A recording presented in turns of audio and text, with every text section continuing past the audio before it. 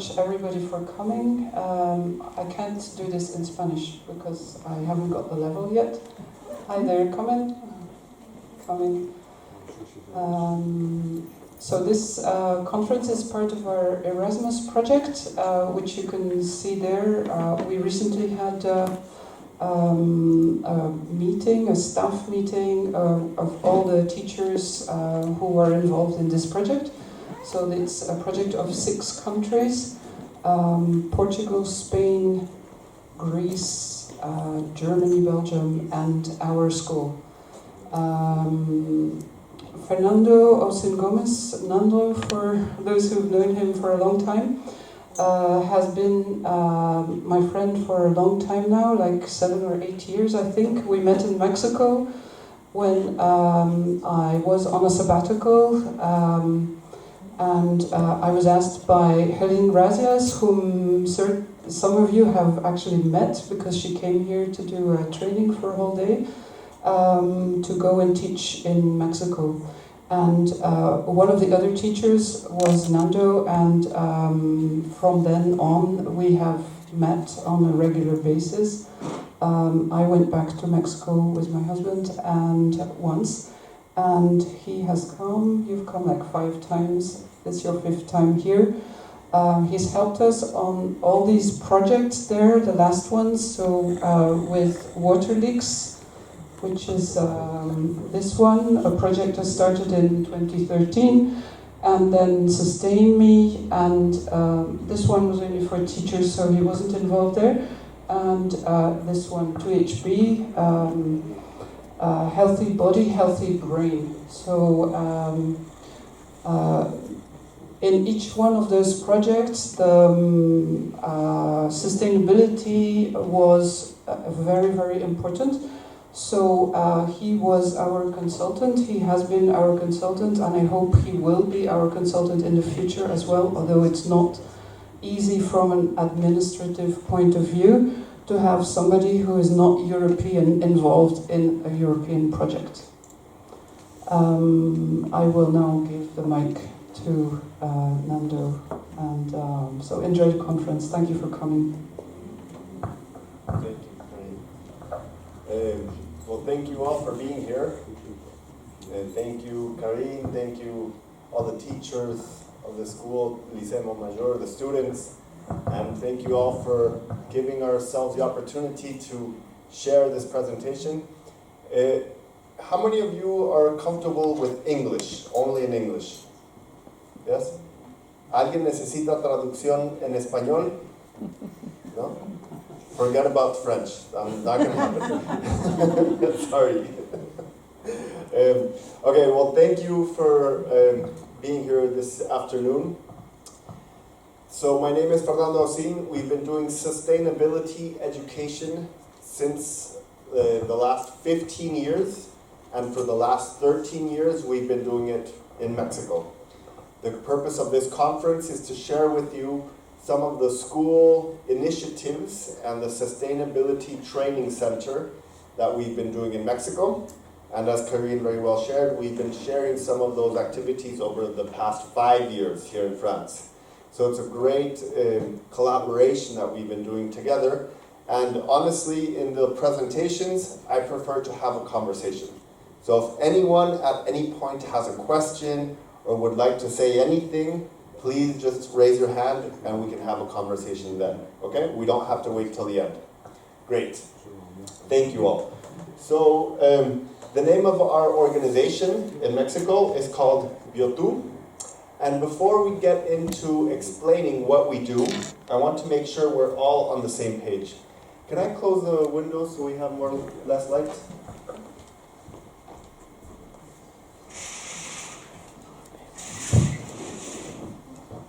Okay. Yeah. Con esas, go. Okay, so the first question I have for everyone is, what is this? Anybody? Home. Home? All right, good. The earth. The earth? Yeah, what other names do we have for this thing? The globe. The globe? Sure. the planet, the earth, etc. And in many cases, you're right. For many of us, and I'm sure we've already shared this in the past here, this place is a place we look into for development, right? We all want to live this type of lifestyle, right? We all want to live, maybe not in the United States, but like in Marseille or perhaps in Paris or another city. Perhaps it's not the mentality of people here, that's why I love it so much here. But in many parts of the world, many people aim to live that way, right? And so, does anybody know what this is? Any idea? I heard over here. A city. Yes, it's a city from the top down. It's a picture, an aerial view for a city. Anybody know what this is? Computer. Yes, a computer circuit or a microchip. Interesting, right? How similar they are. Interesting. So, for many people, we see Earth as a resource, okay? For this mentality that we need to consume, and that the Earth is there for us to consume, right? So things like these make a lot of sense. That this old growth tree that's maybe hundreds of years old is logged for the wood, right? So we can make a nice structure or a house or etc., etc. Same thing with this, right? In the Great Plains in the US, we can chop down all the woods and everything to create agriculture for our food. And thus, these things, for some countries in the world, also make sense. This chemical agriculture that feeds a majority of the world's population through these types of companies, Monsanto and biotechnology. But then we are led to diseases such as glyphosate that leads to celiac disease, gluten intolerance, etc., and that is in a way harming and damaging a lot of people, creating a lot of illness. So this is a great example of where that is leading us towards, right? We don't need to continue asking where we're going, we just see the projection very easily. So we also have to ask ourselves our relationship with our food, right? So we know, for example, here in France, it might not be the case, but in many parts of the world, unfortunately, this is the way that they're obtaining the milk, the cheese, the yogurt, etc., because we have to feed a large majority of the world's population. And for many other people, this could be a supermarket anywhere in the United States or in any parts of the world, but we don't know where that food comes from, right? And the connection between that, right, and how these animals are processed in a very industrial manner, right? And this, right? It's very similar. So as we treat each other is how we will be treated, right? So all this crazy world that we're living in, again, perhaps not here in Arles, but in most parts of the world, this is a very important graph that we have to ask each other. Where is this coming from? How did we get here? How did we switch from living very happy lives like you all do here in the countryside, eating the fruits from the trees, and perhaps having chickens where we obtain eggs and poultry, etc., to all of a sudden this very fast-paced lifestyle where we are eating and consuming more every day and just very fast accelerating. So this is a very important graph that I share in most presentations. Anybody know what this is? Has anybody seen this before? This might be one of the most important graphs available today in the world we consume, and it has to do with the consumption of the most important resource we as humanity are consuming. Does anybody know what that resource is? What was that? No? Water? Yes, you're right. That's the most important resource. Thank you for pointing that out. After water, something that we use every day. Yes, oil. Who here has not consumed petroleum today? Really? Interesting. How did you get here? By bicycle.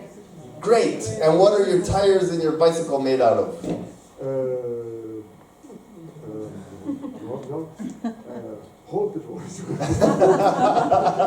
Exactly, right?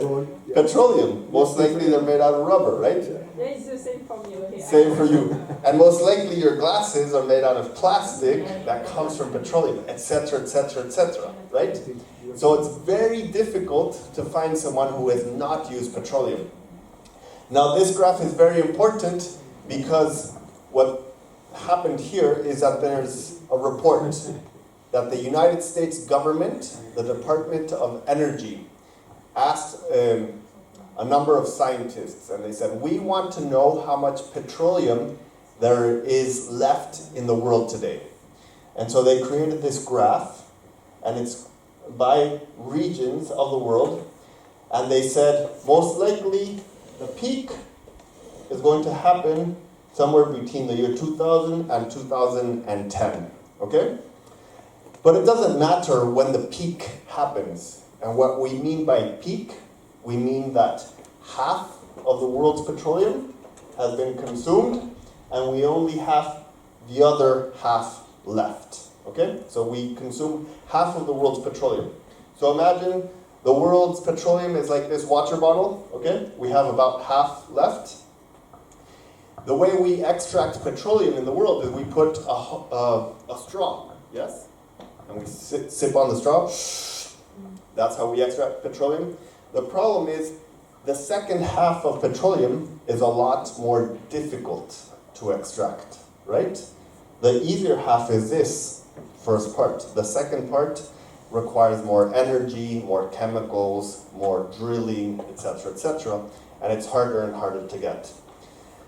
Now, what these scientists said is it doesn't matter when the peak of petroleum happens. The important thing is that we have 10 years of preparation plans in place so that we can transition from petroleum to another technology. Because petroleum is highly resourced. It gives a lot of energy. It's incredibly resourceful. But we don't have any other alternative. Here, for example, in France, a lot of your energy comes from nuclear, which is great for electricity. That's wonderful. But you can't have a nuclear reactor in your car, right? Or in your bicycle. That doesn't make sense. We need something easy to consume energy or produce our own energy, like the bicycle. So the problem with that is that there hasn't been 10 years of mitigation plans in place. We haven't thought 10 years behind the year 2008 when it happened. We still consume petroleum like if there was no end, like if nothing were happening. And a lot of that has to do with these companies that we all know of. And we all know where that is leading us towards, right? The BP Horizon spill in the Gulf of Mexico is what left this, and we've all seen these types of pictures of what happens when we extract so much petroleum, etc., etc. So the problem isn't just the petroleum. This is another very important graph that I want to share with you guys, is the problem is the lack of sustainability. How do you say sustainability in French? Durabilité. Okay? And what does that mean, durabilité or sustainability? Anybody know? It means you can keep going that way endlessly. That you can continue going in that way endlessly, right? So, are we as a human species living sustainably? Absolutely not. Why not? Lack of resources, and the planet can't have all our garbage anymore. Exactly. Lack of resources, and we can't continue polluting so much. That's a very good point. So what happened is, this is humans' consumption over the years, okay? These are the years. And this line means one planet. So the resources of one planet. How many planets do we have? Just one, right? Mars, can we get petroleum from Mars or Venus? No, it's only planet Earth. So what happened is we started consuming more and more resources, and around the late 80s, it is said that we as humanity have consumed more resources than the world can regenerate. So that means that as of this date, we have become unsustainable. So the world cannot continue sustaining us for much longer, okay? Now that's been about 40, 50 years now, 40 years. It might seem like a long time, especially for students. 40 years, oh my God, that's my dad's age, right? But how long do you think humanity has been living on this planet? So we'll put it this way. If I stretch my arms from side to side, that's the duration of the Earth, all the years of the Earth. How long do you think has been humanity on the planet? The whole arm. Now so the fingers. My nail, my finger. Actually, the dirt underneath my fingernail. That's how long humanity has been around for. And that's, according to anthropological studies, maybe 10,000 years, more or less. 100,000, okay, let's add 10 times that, 100,000 years. It's still the dirt underneath my fingernails. 100,000 years, but what has happened is in the last 40 years, we started consuming more resources than the world can regenerate. So we ourselves are leading ourselves into a big problem, especially since it's non-renewable resources, like petroleum. We depend completely on petroleum for energy, for transportation, for food, etc., our basis of life in this Western society. And it cannot continue. So, what does that mean? And this is an old graph. I like using this old graph. It's actually 21 years old. Because if we continued living in that pattern, this is what the world, how many worlds we would need. So if people were to live like people in the United States live back then, people would need 6 planets for all of humanity. If people were to live like we do here in Western Europe, we would need 3 planets to sustain all of the needs. That was 21 years ago. Maybe double that amount now, maybe 5 planets, 6 planets. These graphs are not available anymore, unfortunately. So it's really a way of thinking, what are our needs and how much do we consume in regards to sustainability, okay? Good, so all of these issues have left us with 3 main problems. And in the United States, they call it the triple crisis, which is what we are living as a human species today. And it has to do, of course, with a very famous term called climate change or global warming, right?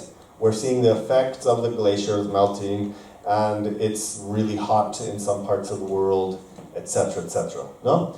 We're seeing resource depletion, so huge amounts of forests being burned down to use for food, for livestock, or for furniture, for the wood. And we're seeing species extinction. This is the 6th largest species extinction that the world has ever gone through. And we're looking at maybe 50% of the world's species may be gone in the next 20 years. So not just amphibians, frogs, insects, but imagine 50% of the world's species, that's half. So every other animal you might know. So that's what they're calling the triple crisis, the process that we're undergoing.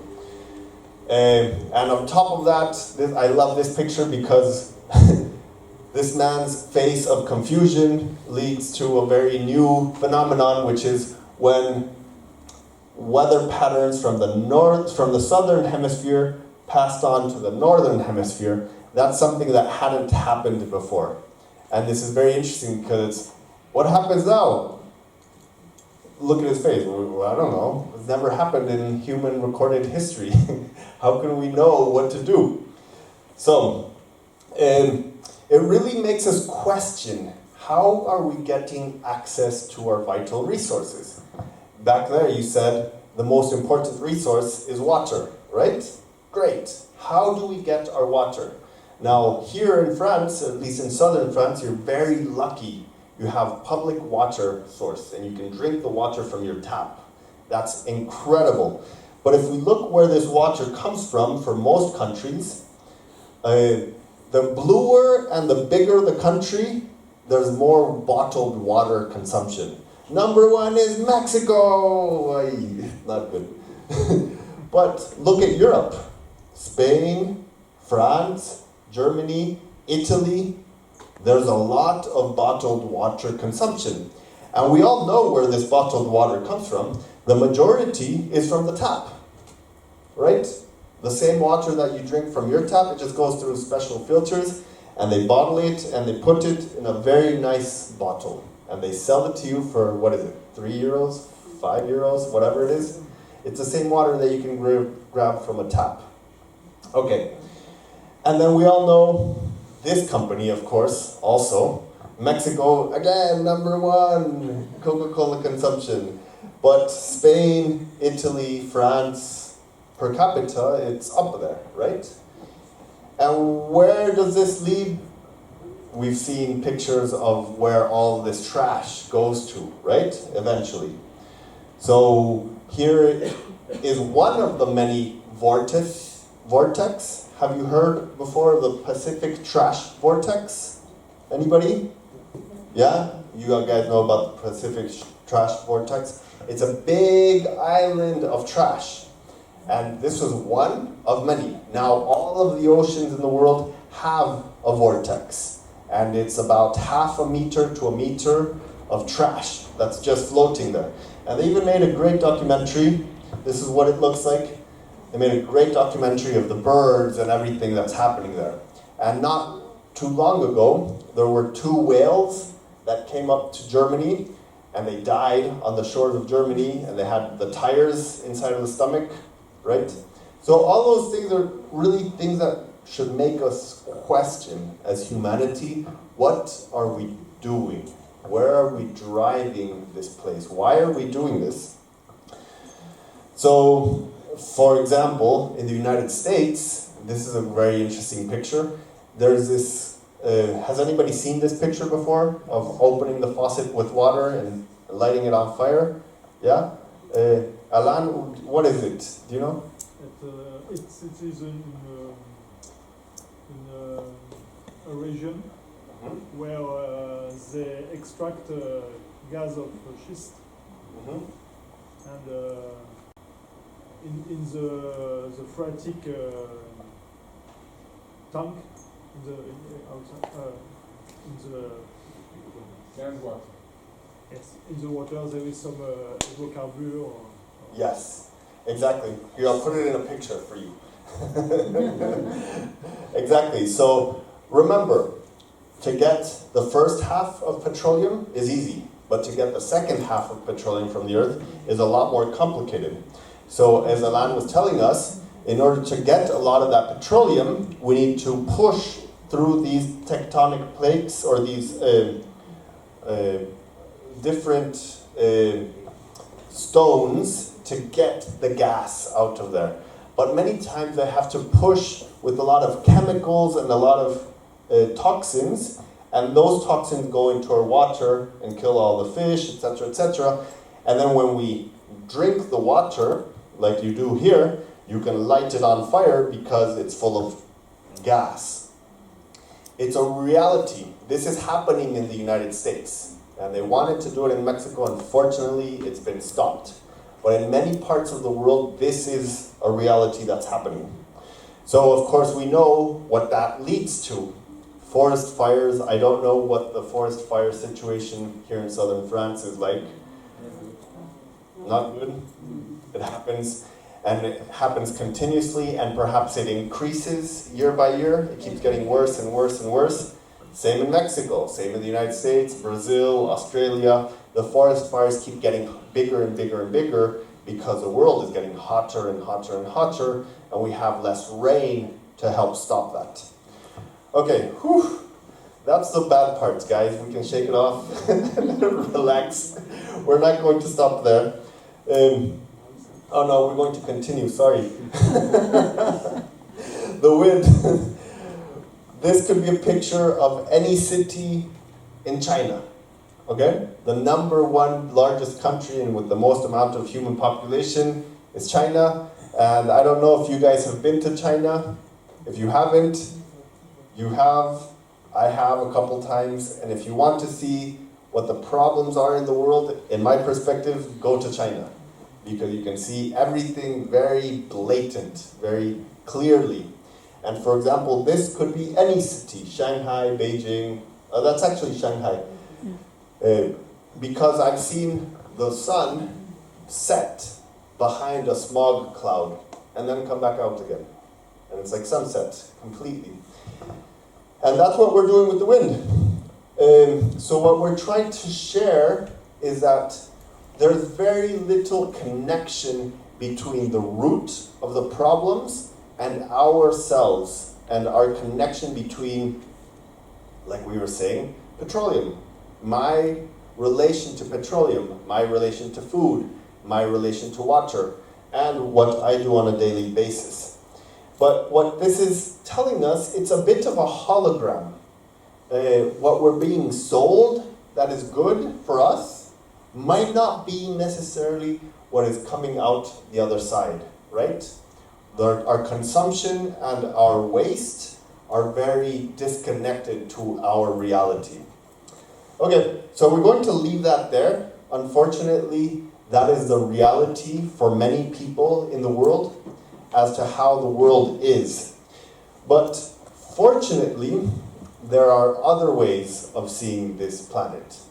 Does anybody know another way of seeing the world that is not the Earth, planet, home? Is there another term that we might think of for the Earth? No? Okay, so for us that have been to Mexico or come from Mexico, for us it's known as Tonantzin, for the indigenous people there. And Tonantzin literally means the little virgin mother. That mother that gives us life and that is clean and pure and gives us everything like from a female perspective. She's a living entity. She's not something that I come and take from and just continue taking and taking and taking. She's my virgin mother that I have a very beautiful, loving relationship with. So for example, the way we shared over there is, imagine you're hungry, it's been a long day, and you go home to your mother, and she has everything ready for you for dinner. There's two ways to go about it. You can either come home and say, "Hey, what's going on? Where's my food? Give it to me now." Or you can come home and say, "Mom, you cooked for me. Thank you. How did you know I loved potatoes and salad? Thank you so much. You always care for me. And you give me everything every day when I come home from school." Wow, there's a very big difference, right? The way we're treating the world now is, "Hey, where's my food?" And the way that indigenous people throughout the world have been treating her is, "Wow, you gave me another day of life. Thank you. I have food on my plate. I have water. Thank you so much." So under that perspective of understanding the world is where we come from as Biotu. Because for the past 13 years, we've been trying to learn from indigenous peoples in Mexico and the United States to share that to younger generations. And what they say is that we have to change our mentality of how we see the world in order to become sustainable. So we cannot, as Einstein said, try to change the problems that we have now with the same type of mindset that we had when we created them. Does that make sense?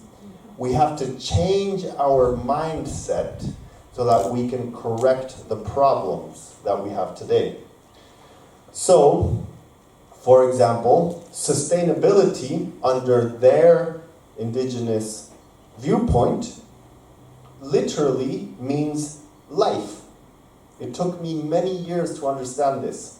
I kept telling the indigenous people, what is sustainability for you? What is that word? No, it's very foreign.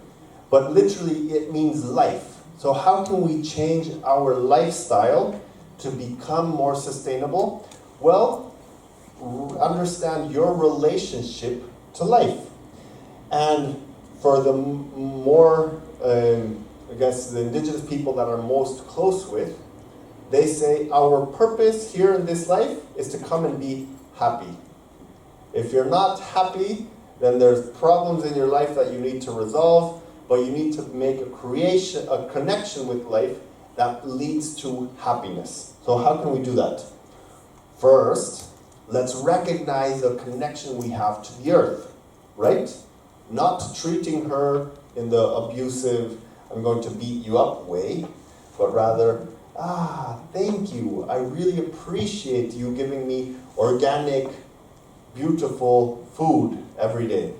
Here, you're an example in France, in southern France, of keeping things clean in agriculture and trying to be as organic as possible with your seeds. That's wonderful.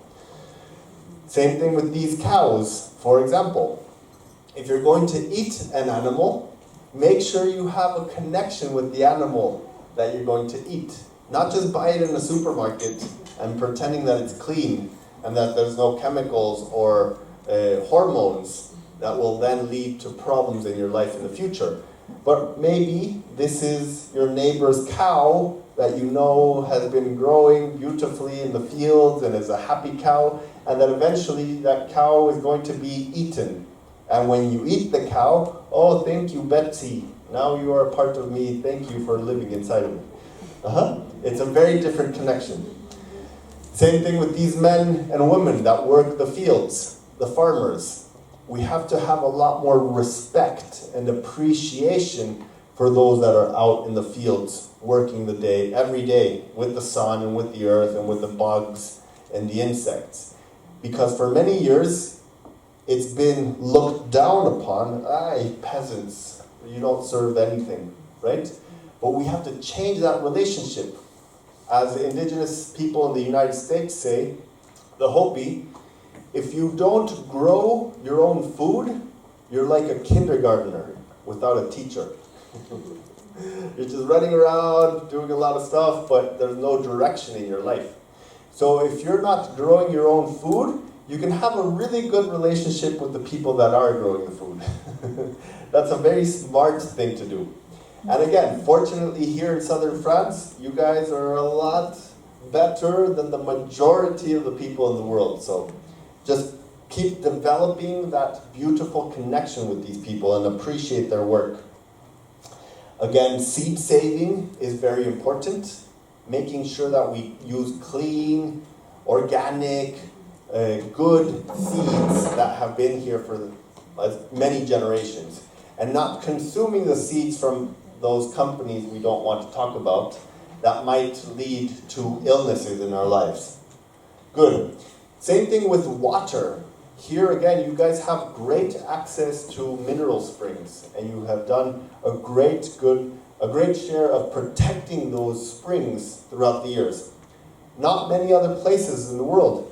A lot of these places are now owned by Coca-Cola, Evian, all those companies to extract the minerals and then sell it to us. And then what we also need to understand is how to use that for energy. Not just in water, but also in the ocean, and why we're not taking advantage of those technologies nowadays. Same thing with the fire. We have a tremendous amount of fire, especially in these parts of the world, that you can use for energy. Not just for solar panels, but for solar hot water heating, etc. There's a great amount of energy in the sun. Also in the wind, here in France, again, you're doing a great job with that. And so, having said that, are there any questions or any comments before we go to the next part? No? Okay. So let me explain a little bit. This all became clear to me in 2008. So 14, 15 years ago. I was working as a government consultant in Washington, D.C., where I studied university. And I was consulting for the US government every day. And I hated my life. And I did not want to continue doing that. Because I thought I was going to do something positive, but I wasn't doing anything beneficial for anyone except for the government. And I had some friends that were traveling around the US on a bus that ran on waste vegetable oil. And they're promoting sustainability, what we just talked about now, 15 years ago, when it wasn't very common back then. And so we would go to schools and we would talk to students like yourselves to say, hey, this is what's happening in the world right now. This is where we're headed if we don't take action. We need to change our ways to be able to transmit a better way of life for our future generations. So before I continue, I want to share with you guys what that was. This program was called BioTour, and we have a little clip.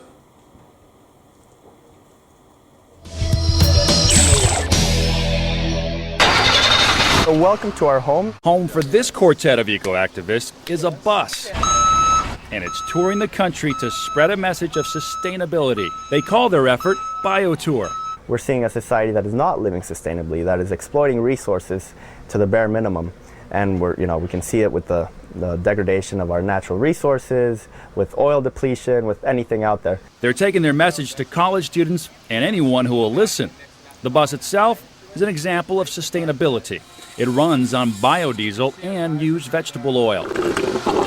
Restaurant owners or managers are more than willing to donate it to us because oftentimes they have to pay to get rid of it because it's a waste product. Solar panels on the roof power rechargeable batteries. And we use the energy stored in those batteries to power laptop computers, cell phones, and various electronic appliances. BioTour plans to expand to a fleet of 4 buses this fall, coinciding with the presidential campaign. We want a society in which we can all live sustainable, that relies on renewable energies, and an active and participatory democracy. It's a human problem, and it's humans, we can solve it. Rob Marciano, CNN. Okay, so that's in the literally straight out of university, maybe 4 or 5 years after your age now.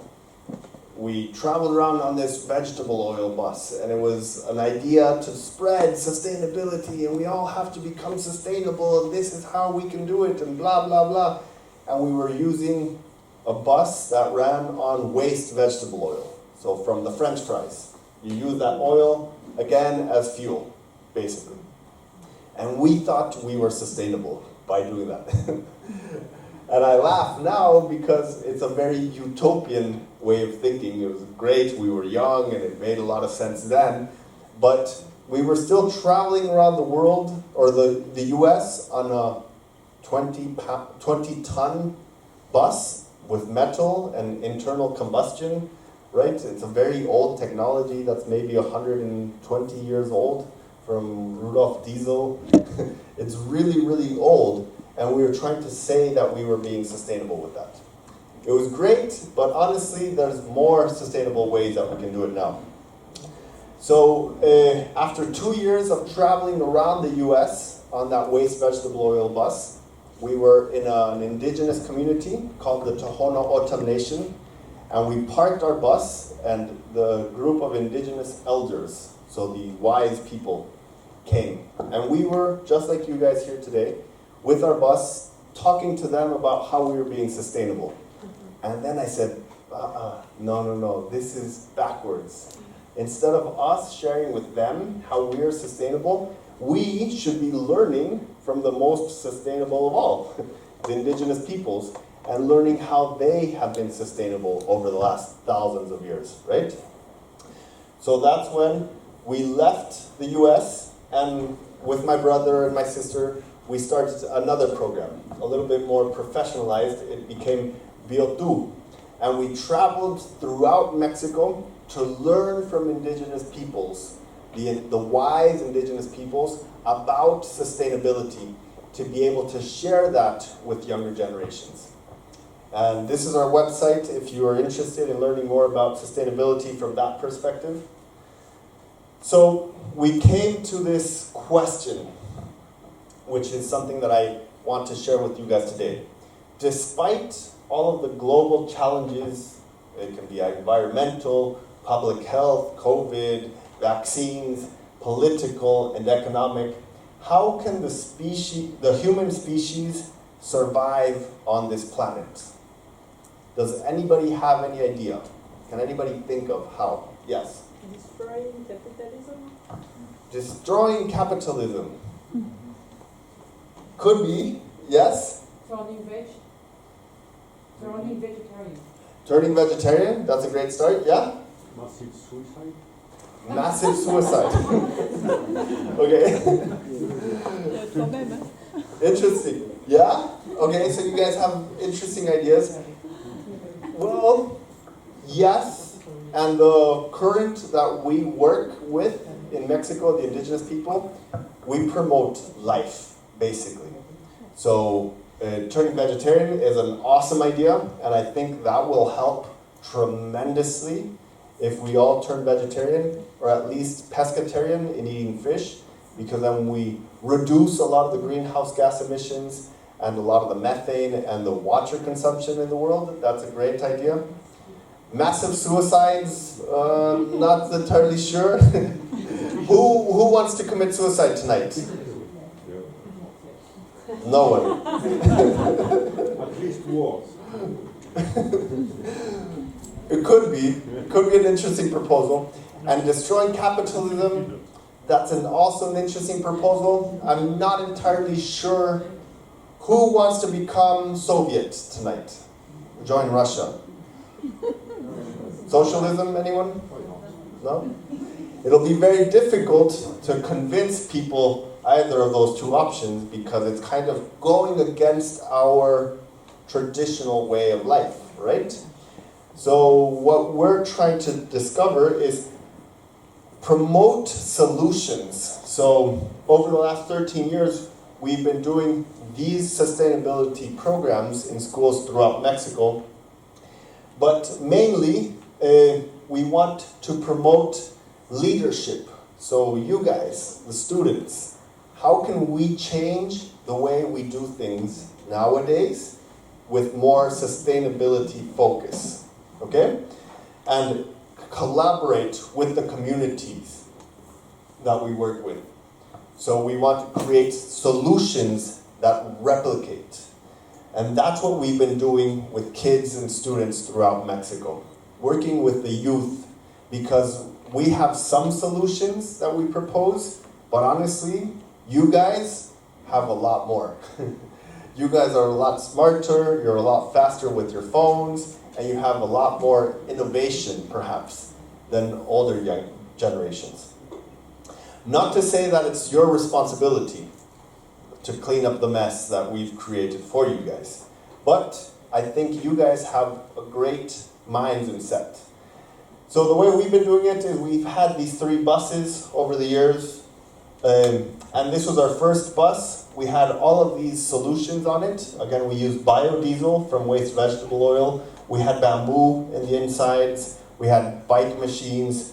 We created our own compost. We had solar panels on the roof. We had mobile agriculture. We had a composting toilet, solar hot water heaters. And these were all solutions that we would share with students like you guys to say, hey, this is the best we could come up with. Can you guys improve it? And then you guys go home and you start researching on Instagram and go talk to your friend and, hey, maybe that compost that these guys did could be better if we do it this way. And you start figuring it out with your teachers to create more innovative solutions. See, these are some of the people we worked with, but now we want to share with you guys what we're doing today, because I think this is the purpose of this conference. So it was in 2020 we were here? Was that? 19. When we were here last, 2.5 years ago, I got a phone call and I was in Karin's house and it was in the middle of the night and we had a conference the next day, and it was this company in Mexico called Best Ground, and they wanted to do sustainability education. And they wanted to create a school that would help bring solutions to communities. And bureaucracy in Mexico is very complicated. And they said, no. Instead of creating it ourselves, let's work with someone who has already done it. And so they came to us and they said, hey, do you guys want to do a program for the next 3 years to create sustainability education? Awesome, let's do it. And so this company, Best Ground, they extract a lot of organic products from Mexico, like honey and agave syrup and different things, hibiscus teas, and they extract that to sell to other parts of the world. For example, Made Good is one of their clients in Canada, and they make nutritional bars, like snacks for kids, but they put kale and spinach and good ingredients, not just flour and sugar, no? And together we created this program in Mexico, in the state of Jalisco, which is in central western Mexico, in the largest lake. And we found a school. It's called the Center for Technological Studies in Inland Waters. That's the acronym for CETAC in Spanish. It's a very large public high school, kind of like Lycée Montmajour, that teaches a lot of these organic agriculture and aquaculture and different technical skills for students. And in that school, they had a big piece of land back here, 5,000 square meters that they were not using. And it's right next to the biggest lake in Mexico. This over here is the lake, Lake Chapala. And we asked them, hey, can we use those 5,000 square meters to create a training center? So instead of traveling throughout Mexico on our bus, we can have students come to us and train students there. They said, great, let's do it. So they lent us this land for 10 years, and this is what we want to develop into. Of course, this is a beautiful picture of, does anybody know what that is? It's the Green School in Bali, in Indonesia. We wish we were like that, but we're not. We're barely constructing the land, and we're barely constructing the center, but that's what we want to look like. So this is the render of the latest version of what we're constructing. This is a training center in 5,000 square meters. I'm going to explain what each of those areas are so you have an idea. First, we're going to share with you guys what we still need to build, and then I'll share with you guys what we've already built. This is an ongoing process that we've only started a year ago, and that still needs about 1.5 years to complete. But it's an incentive for you guys, teachers and students, so you have an idea of what we're already doing and what things you guys can do here or in your schools or in your community similar to us, or even better, improve it, and then tell us what you already did, all right? So, the first thing is we had to level all of the ground. So imagine you find some parts in the mountain that are very rough and full of trees, not trees, or just weeds and rocks and everything. So we had to create a delimitation with nature, with levels. So that's what we're constructing now. We're going to create a bio pool. So this is a big water tank where it can contain the water in a natural way with natural cleaning processes, that we don't have to put chemicals or things that damage the subsoil, but rather can be enjoyed by nature, the bird, the fish, etc., and us humans too. We can go and swim in it like if it were a pond. Second, we have a biofactory. A biofactory is a roof that helps us create all of the organic fertilizers and composts for everything we're going to grow in the ground, okay? So it's very easy to grow food if you have the right soil, right? If you don't have the right soil, it's very difficult. So we need to create the right soils through organic composts, and that's what the biofactory is for. Then for us, it's also very important to recognize that healing is a natural connection between us and the world.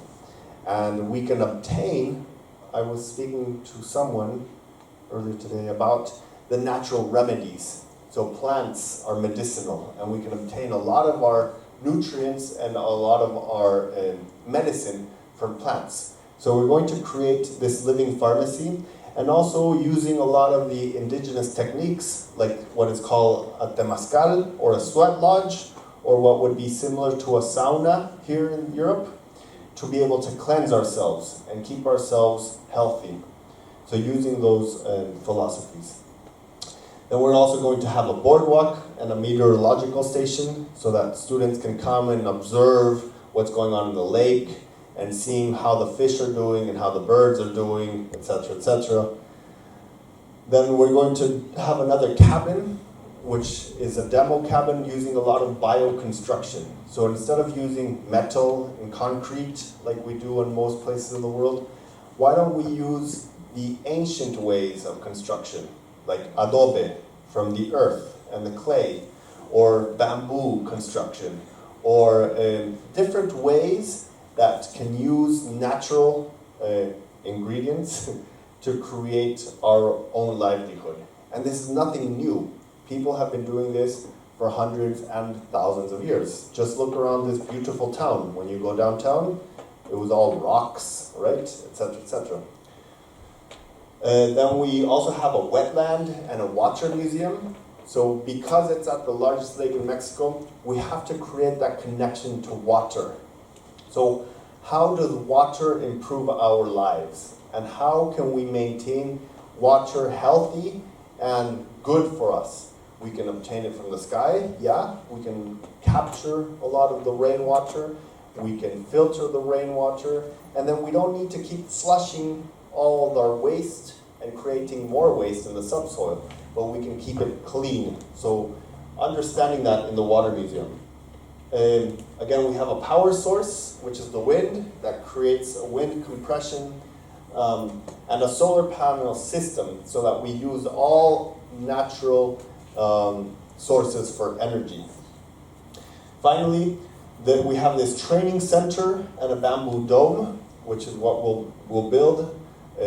Like that first picture you saw in Bali, that's going to be when you guys come visit us. Hopefully we will be able to host you guys there, and we'll talk about the importance of bamboo and construction, etc., and it'll be in this beautiful structure. Now, that sounds all very nice and beautiful, what we've already built now. So this is a very important one.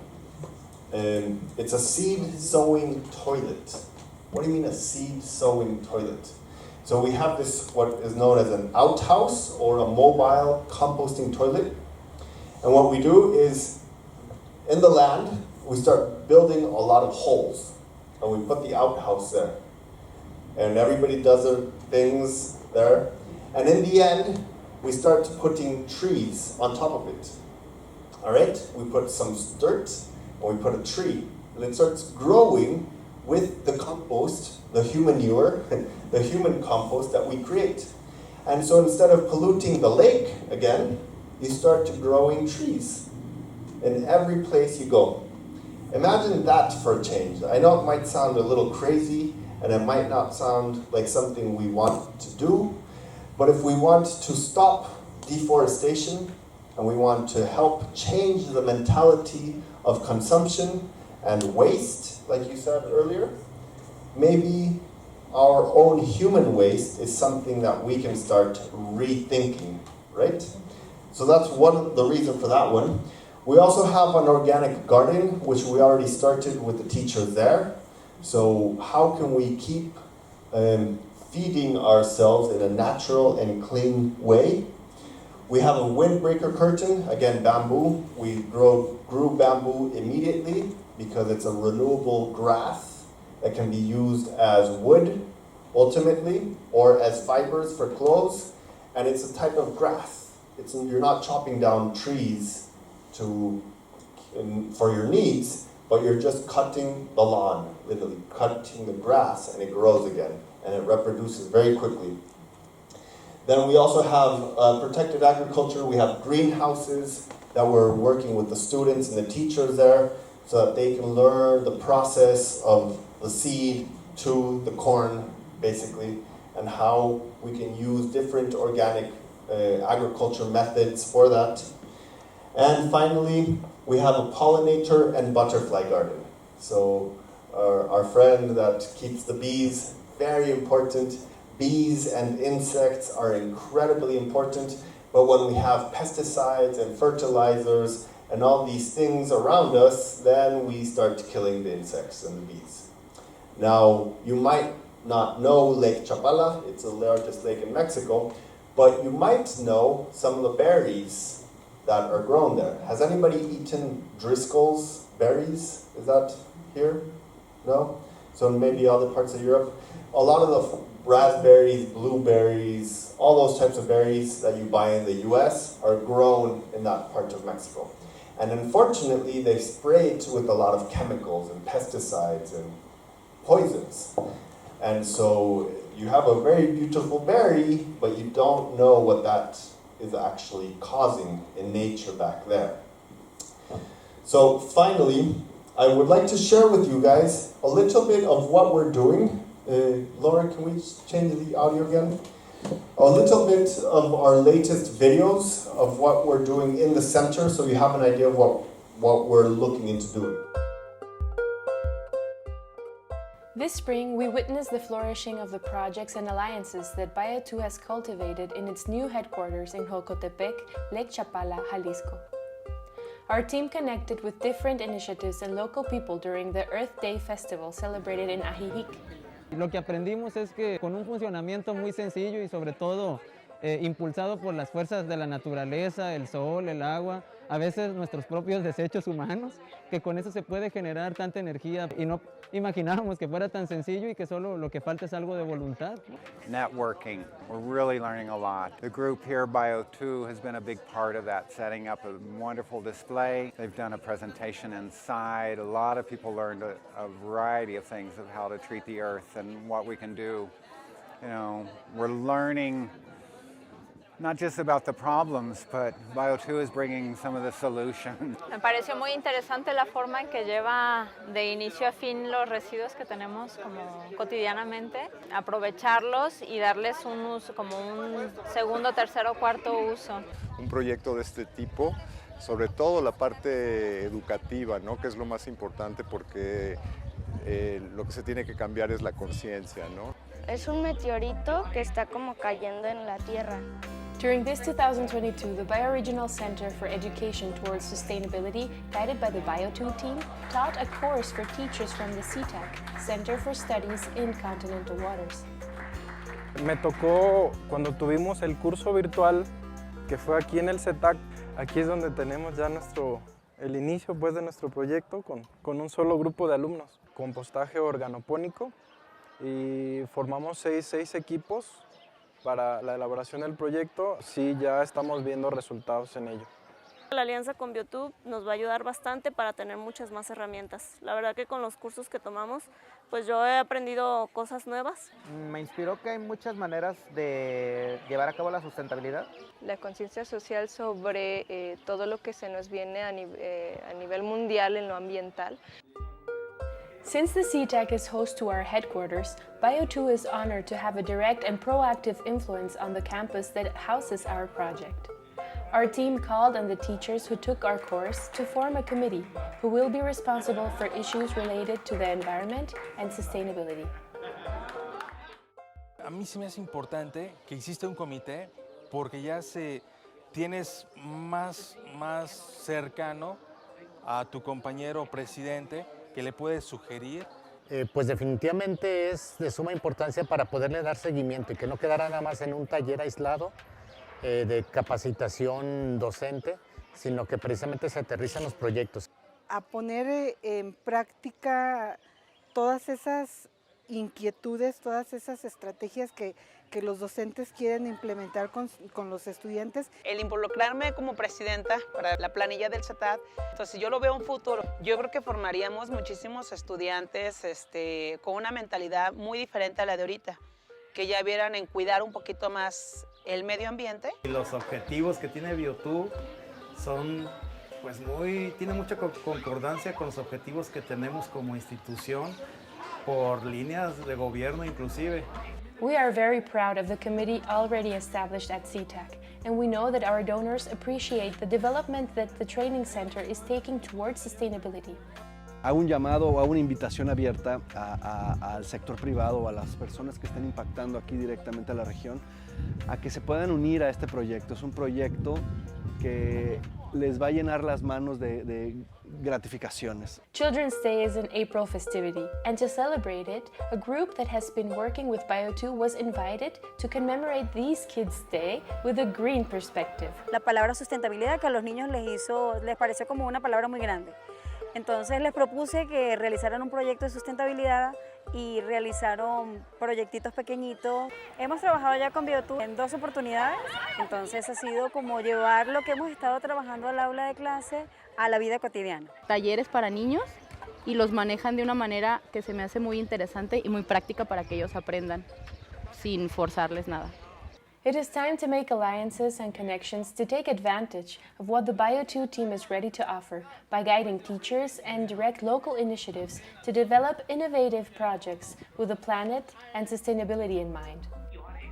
Please join us in leaving your legacy in one of our memorial buildings or the different eco-technologies that we are building, not only for the students here at the CETAC 01, but for all the middle schools and local communities in the region.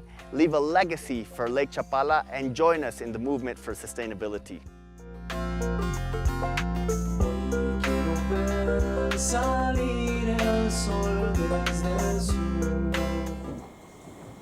Okay, so what does this have to do with us here?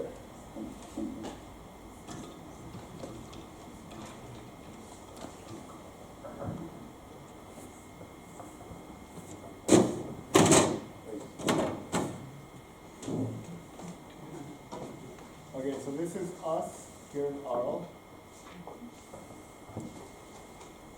Yeah, I can do this, right? Yeah? Okay. So what does that have to do with me? Beautiful, you guys have a great project in Mexico, etc., etc. And this is our river, and this is our community, it's beautiful, it's in Provence, and we're connected to the Gulf, to the Mediterranean Sea, etc., etc. We're in Europe, and what does actually that have to do with Mexico, which is way over here? I'm going to zoom in. This is the lake that we're talking about. This is the community that we're looking. This is the largest lake in Mexico, and again, it's the community of Joctepec here. From an outset, it might not look like there's absolutely no connection whatsoever. Perhaps they're very different locations and we have absolutely nothing to do with each other. And actually, if we put a Google map travel to it, it's going to say it's really far away. Let's see, how far is it from here?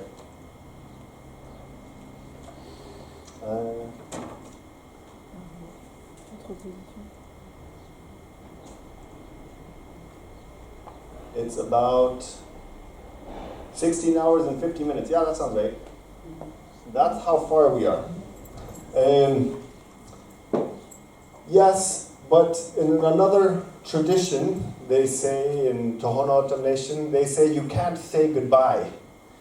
They say that goodbye is not a term in their language because they say you can't say goodbye in a world that is round because eventually you will meet each other again at some point. And same thing with our oxygen and all of our fumes that go into the air. Same thing with our water and the natural source of the water. And same thing with all the things that we throw in the earth. It's all connected. It's one large sphere that we're connected in this planet. And so everything that happens here, it will eventually make it there.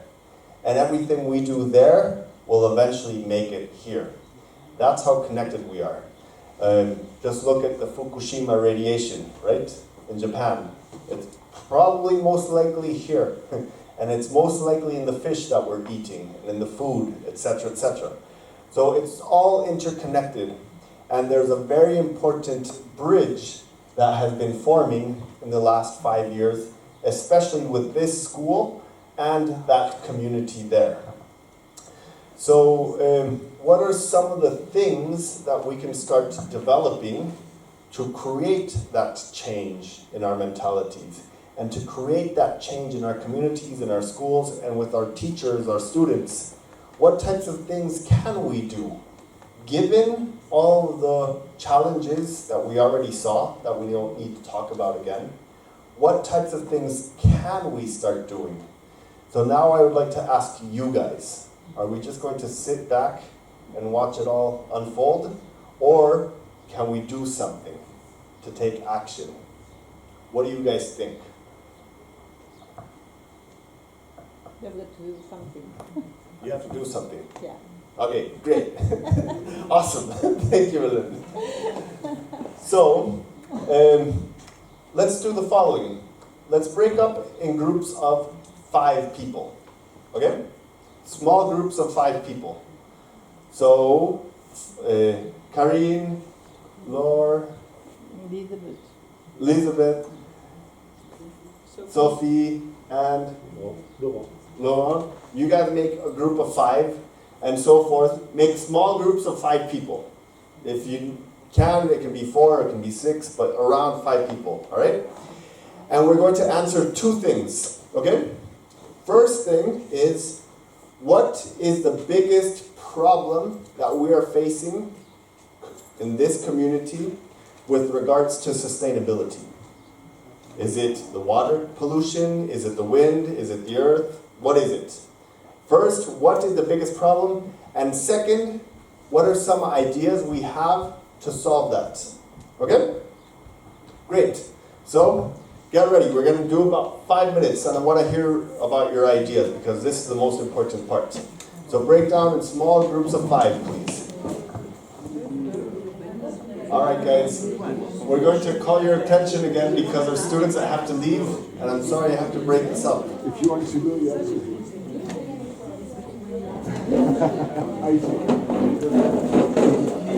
All right, sorry guys. Can we look back up front, please? C'est fini, mon ami. You guys can continue talking later after the presentation. I love what you guys are doing. This is very important, and that's the whole purpose, is to talk about these things, because you guys as community can resolve it. It's your community, it's your challenges, you guys can do it. So before we break off, I would love to hear from the students first. And I know there's students that have to leave, so there's 2 groups of students. I would love to hear, who's your representative for the first group? You? Can you come up front, please? Yeah! Big applause! So please tell us your name, tell us what the biggest problem is, and then what you guys are going to do to resolve it. Okay. My name is Athena, and we think that the most important problem is overconsumption, which causes global warming and deforestation and all that kind of things. And the solution is to change our way of life. Maybe we can save water, or just consume less, I think. That's it. All right. Thank you very much. Awesome. Changing our way of thinking. Awesome. Who's the next group? You? Yeah, hey, bravo!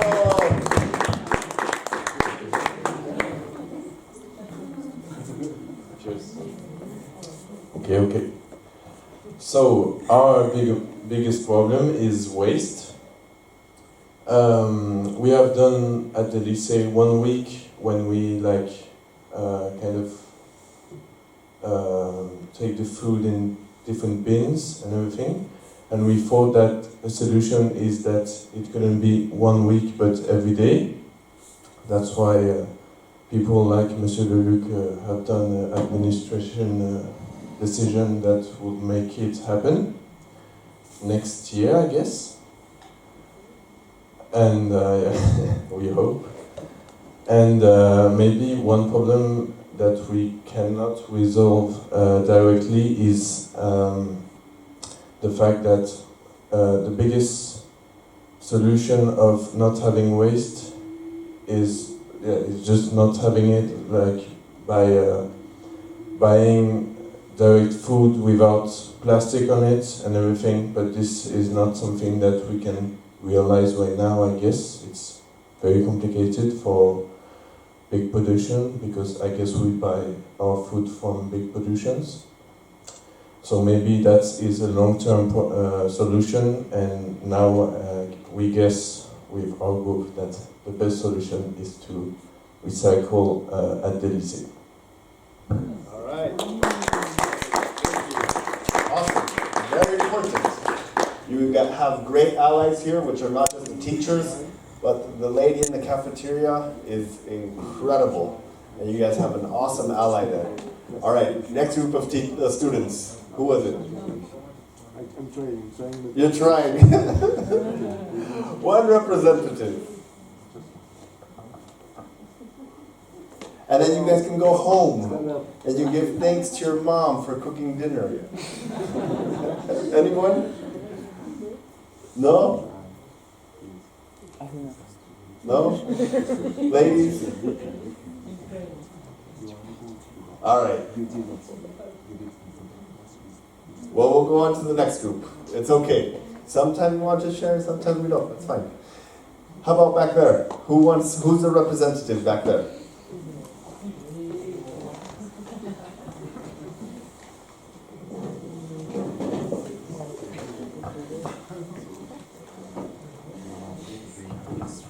So we wanted to talk about the water shortage problem that the region might meet one day. Here water comes from agriculture, not so much from rain and from water canals. So we think it's important to protect hay production that is used around here. It brings water to the underground, and if we change our agriculture, we might have water shortages in the future years. All right. Yeah, great. Very important. Agriculture. We have to change the way we do agriculture and protect our water source. Awesome. Who's over here?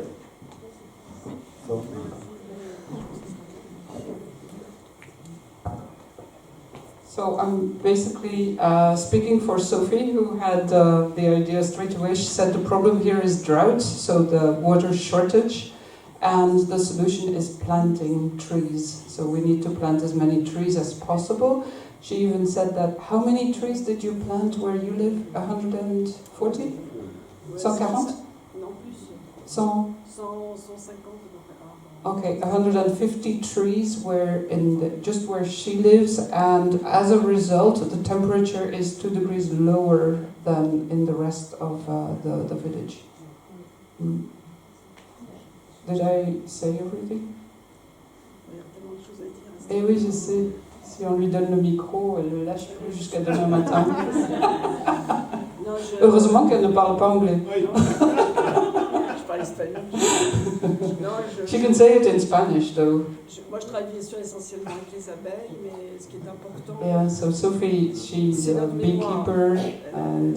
C'est notre mémoire essentielle de l'humain. Tu veux parler en français? C'est peut-être pas grave si Nando ne comprend pas tout. Oui, je suis quand même exploitante agricole, c'est pas le terme, je suis paysanne. Voilà. J'ai une spécialité apiculture, parce que je fais ça depuis 40 ans.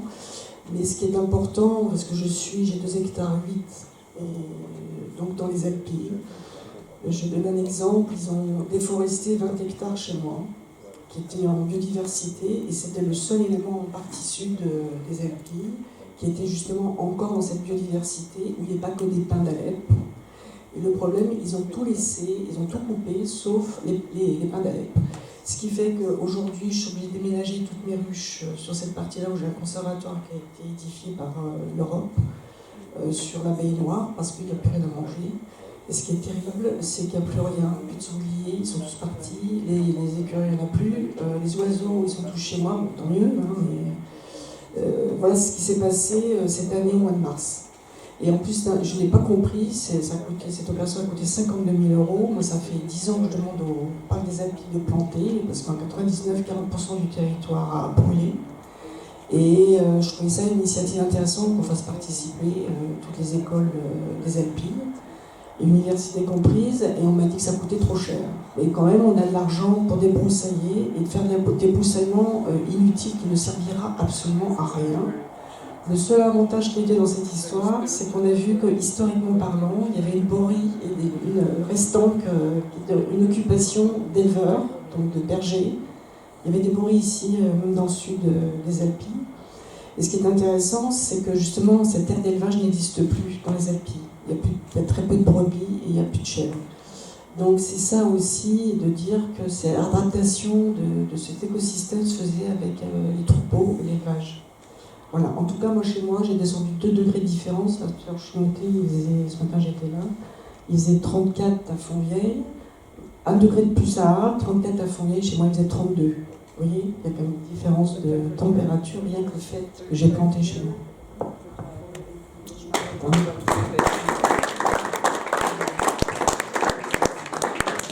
Okay, you guys have 2 heroes here. These 2 ladies over here. Incredible. Everywhere. You're incredible and very heroic. If you, a wise man once said that those that grow a tree that don't see their shade are those that are the wisest. So you have very wise, heroic people, because we need to start reforesting as much as possible. That's awesome. Great. Now, believe it or not, what you guys are doing here is one of the most important things to start. And that is having these conversations, okay? These conversations are vital. And I'm going to share with you guys why, not only are they very important, but why you guys are so privileged. I was at a school in Beijing, in China, and we had students, Chinese students there, just like you guys in high school. And they were all talking in small groups and sharing their biggest issues. And one of the groups said, the biggest issue we have here in China is the government, because it's the devil. And I said, and what are you guys going to do about it?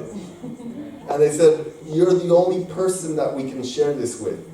Because if we talk about the government anywhere else, they will disappear us. If we talk to our teachers, if we talk to our parents, if I talk to anyone, bye-bye, the government will make sure that we're gone. And we're talking about huge water pollution, huge air pollution, huge earth pollution, all types of problems are there. And the students can't do anything about it. Because if they stand up, bye-bye, the government will disappear. Fortunately, that's not the case here. You guys are free. You guys are able to come together and have these conversations and then resolve, like you just did here, in small groups, brainstorm and bring up awesome ideas like you guys shared. So the first step I would recommend for you guys is what we are doing in Lake Chapala with our students and our teachers. And not only the educational system, but we're also working with the local government and training the municipality the director of transportation, the director of ecology, the director of the environment, the director of education, etc. We're making small work groups with them to be able to resolve these solutions from a governmental, municipal level. The number one step is to develop a green committee. So a lot of the people here might be the first members of that green committee. Who would like to spearhead that green committee? Who would like to say, I'm going to help develop that green committee? We already have one. You already have one? Yeah, Alain. Yes, Alain. But that's from the school, right? Yeah, school. School-wide green committee. Awesome. Alain. Yes, I am. Yes, you are. Thank you, Alain. Alain, would you like to make that bigger than just a school? More than just a Lycée Montmajour? It could include anyone in Arles? The different school of the region, the zone of Arles, with Tarascon, work together, have to work together in the future. Okay. To build action for sustainable development. Okay. But this year it's not very operational, but in September we will begin. It will begin. Okay, great. And I think the students have to leave, so merci. Bonne journée. Thanks for coming, guys. So that's very important. If anybody is interested in continuing these conversations and continuing the work for making Lycée Montmajour or Arles or the community more sustainable, talk to Alain, because the Green Committee is already established. Awesome. And it's going to start fully operating in September. Awesome. That's incredible. Second thing. Yeah? We will organize a meeting in the end of September with the different partner in the region. Yeah. I don't know exactly the day, but soon